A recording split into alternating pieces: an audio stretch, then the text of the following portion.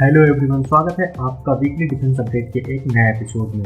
Number 5, Pokhran field firing range में 2 मिसाइलें misfire. Bharat Pakistan border पर स्थित राजस्थान के जैसलमेर जिले में स्थित चांदन फील्ड फायरिंग रेंज में 24 मार्च को 2 मिसाइलें मिसफायर होकर तेज धमाके के साथ खेतों में आ गिरी। मिसाइलें गिरने से वहां हड़कंप मच गया है। उसके बाद जहां मिसाइलों का मलबा गिरा, उस इलाके को घेरकर सेना के अधिकारियों ने उसकी पूरी जांच देर रात तक की। सेना के अधिकारी जहां मिसाइलें गिरी उन जगहों की बारीकी से जांच करने में जुटे रहे। बाद में मिसाइलों के मलबे को अपने कब्जे में ले लिया। बहरहाल पूरे मामले की जांच की जा रही है। ये मिसाइलें दुश्मनों पर हवा में वार करती हैं। इन मिसाइलों से जमीन पर कोई नुकसान नहीं होता है। भारत पाक सीमा पर स्थित जैसलमेर सेना का अहम बेस कैंप है। जैसलमेर की चांदन फील्ड फायरिंग रेंज में सेना के नियमित अभ्यास के अलावा कई अत्याधुनिक हथियारों का भी परीक्षण किया जाता है। पोखरण में ही भारत ने परमाणु का भी परीक्षण किया था। पोखरण को परमा सिटी के नाम से भी जाना जाता है। चांदन फील्ड फायरिंग रेंज से कई बार सेना ने अभ्यास के दौरान मिसाइल फायर की है और ये मिसाइलें अक्सर मिसफायर हो जाती है और ग्रामीण इलाकों में गिर जाती है। नंबर 4, नागालैंड और अरुणाचल प्रदेश के कुछ हिस्सों में बढ़ाई गई एफएसपा की अवधि। केंद्रीय गृह मंत्रालय ने 24 मार्च को नागालैंड और अरुणाचल प्रदेश के कुछ हिस्सों में सशस्त्र बल अधिनियम यानी कि एफएसपा 1958 के तहत अशांत क्षेत्र का दर्जा 6 महीने के लिए बढ़ा दिया है। मंत्रालय द्वारा जारी 2 अलग अलग अधिसूचनाओं में कहा गया है कि दोनों राज्यों में कानून व्यवस्था की स्थिति की समीक्षा के बाद यह फैसला लिया गया है।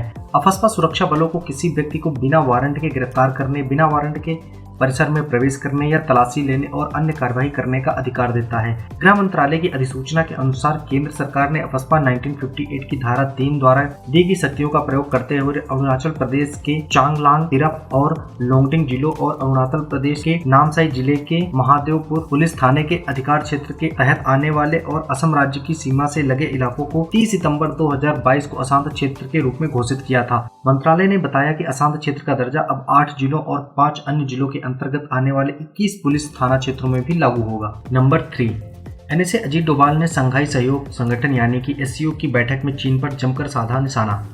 एनएसए अजीत डोभाल ने 29 मार्च को संघाई सहयोग संगठन की एक बैठक में चीन और पाकिस्तान पर जमकर निशाना साधा। नई दिल्ली में एससीओ के शीर्ष सुरक्षा अधिकारियों की एक बैठक को संबोधित करते हुए अजीत डोभाल ने क्षेत्रीय संपर्क की आवश्यकता पर जोर दिया, लेकिन यह भी कहा कि इस तरह की पहल परामर्शी और पारदर्शी होनी चाहिए और सभी देशों की संप्रभुता का सम्मान करना चाहिए। बता दें कि डोभाल की यह टिप्पणी चीन और पाकिस्तान द्वारा सीमा पर दिए जा रहे टेंशन के बीच आई है। इस बैठक में रूस की सुरक्षा परिषद के सचिव Nikolai Patrushev, Kazakhstan, Kyrgyzstan, Tajikistan और उज्बेकिस्तान के वरिष्ठ अधिकारी और एससीओ के क्षेत्रीय आतंकवाद विरोधी संरचना के प्रतिनिधि शामिल हुए। बैठक में चीन और पाकिस्तान के अधिकारियों ने वर्चुअली हिस्सा लिया। डोभाल ने यूक्रेन में युद्ध को लेकर कहा कि चार्टर सदस्य देशों से अन्य देशों के साथ संबंध बनाए रखने और अंतर्राष्ट्रीय युद्धों को रोकने और उनके शांतिपूर्ण समाधान में सहयोग करने का भी आह्वान करता है। बता दें कि डोभाल के बयान को इसलिए भी काफी अहम माना जा रहा है क्योंकि लद्दाख में एलएसी पर पिछले 3 साल से दोनों देशों के बीच तनावपूर्ण संबंध चल रहे हैं। जून 2020 में गलवान घाटी में दोनों देशों के जवानों के बीच हिंसक झड़प हो गई थी, जिसमें भारत के 20 जवान शहीद हो गए थे।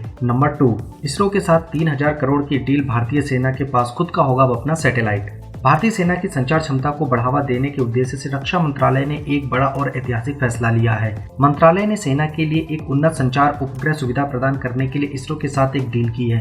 रक्षा मंत्रालय ने इस उन्नत सुविधा के लिए भारतीय अंतरिक्ष अनुसंधान संगठन इसरो की वाणिज्यिक शाखा new space India limited NSIL के साथ 3000 करोड़ के अनुबंध पर हस्ताक्षर किए हैं। भारत की रक्षा अधिग्रहण परिषद DAC ने अपनी परिचालन क्षमताओं को तेज करने के लिए मार्च 2022 में GSAT-7B उपग्रह के लिए सेना के प्रस्ताव को मंजूरी दे दी थी। रक्षा मंत्रालय ने बताया कि सैटेलाइट के विकास के लिए जरूरी उपकरण को स्वदेशी रूप से निर्मित किया जाएगा। इसके लिए लघु, सूक्ष्म और मध्यम यानी कि MSME और स्टार्टअप्स की मदद ली जाएगी। आपको बता दें कि मंत्रालय ने सशस्त्र बलों की वायु रक्षा क्षमताओं को मजबूत करने के लिए भारत इलेक्ट्रॉनिक्स लिमिटेड यानी कि BEL के साथ लगभग 2400 करोड़ रुपए के 2 अन्य अनुबंधों पर भी हस्ताक्षर किए हैं। इस प्रोजेक्ट में 1982 करोड़ रुपए की आकाश तीर परियोजना भी शामिल है, जो स्वचालित वायु रक्षा नियंत्रण और रिपोर्टिंग प्रणाली को मजबूत करेगा। BEL के साथ 412 करोड़ रुपए का दूसरा अनुबंध भारतीय नौसेना के हेलीकॉप्टरों के लिए सारंग इलेक्ट्रॉनिक सपोर्ट सिस्टम को मजबूत करने के लिए किया गया है। नंबर 1, रक्षा मंत्रालय ने नौसेना विमान यार्ड के आधुनिकीकरण के लिए लगभग 470 करोड़ रुपए के अनुबंध पर किए हस्ताक्षर। रक्षा मंत्रालय ने 31 मार्च को गोवा और कोच्चि में नौसेना विमान यार्ड के आधुनिकीकरण के लिए लगभग 470 करोड़ रुपए के अनुबंध पर हस्ताक्षर किए। मंत्रालय ने एक बयान में बताया कि ये यार्ड गोवा और कोच्चि में नौसेना के विमानों, एरो इंजन, रोटेबल्स और परीक्षण उपकरणों की मरम्मत का काम करते हैं। मंत्रालय ने ultra dimension private limited Visakhapatnam के साथ गोवा और कोच्चि में नौसेना विमान यार्ड के आधुनिकीकरण के लिए लगभग 470 करोड़ रुपए के अनुबंध पर हस्ताक्षर किए हैं। भारतीय नौसेना के बेड़े में नवीनतम अत्याधुनिक विमानों को शामिल करने के लिए नौसेना के विमान यार्ड में मौजूदा रखरखाव और मरम्मत सुविधाओं के आधुनिकीकरण की आवश्यकता है, ताकि विमानन रखरखाव के वर्तमान और भविष्य की चुनौतियों को पूरा करने में तकनीकी और क्षमतागत खाई को भरा जा सके। इसके अलावा रक्षा मंत्रालय ने 24 करोड़ रुपए की लागत से इस परियोजना के निगरानी सलाहकार के रूप में मेकान लिमिटेड रांची के साथ भी अनुबंध किया है।